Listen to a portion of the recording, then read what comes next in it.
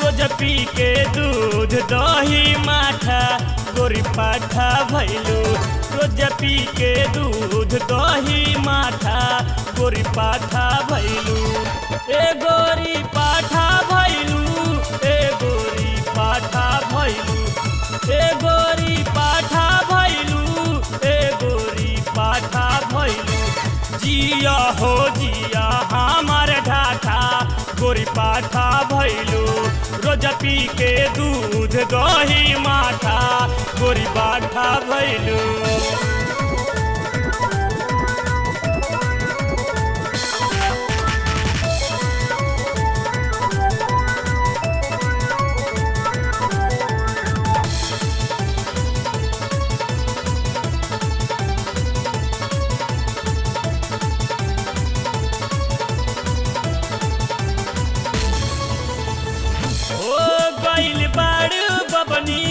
बड़कान खचड़ी रोज घूमा तार बबनी लेड़बारी रहरी।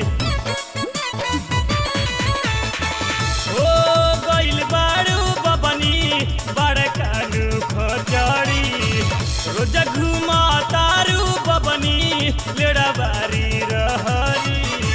गाँव भर में होता तोहर काथा गोरी पाठा भैलू। जिया हो जिया हमार ढाठा गोरी पाठा भैलू।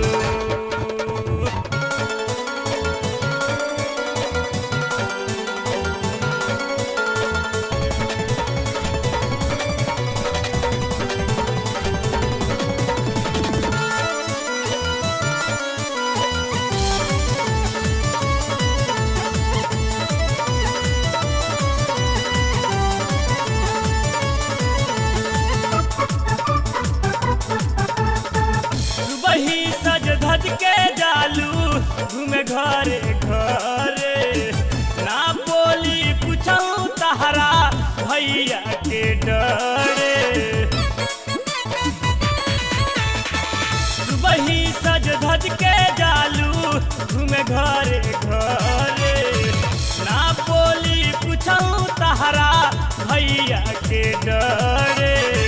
चाटेला रोज तुली तेल चटना गोरी पाठा भैलू। जिया हो जिया हमार डाटा गोरी पाठा भैलू।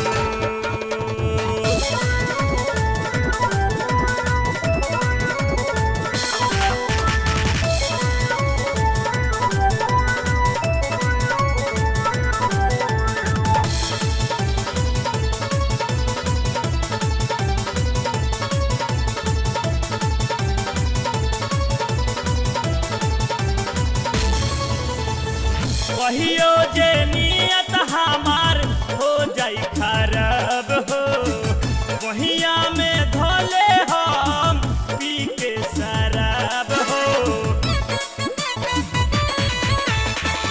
कहियो जे नियत हमार हो जाई खराब हो वहिया में धोले हम पी के शराब हो।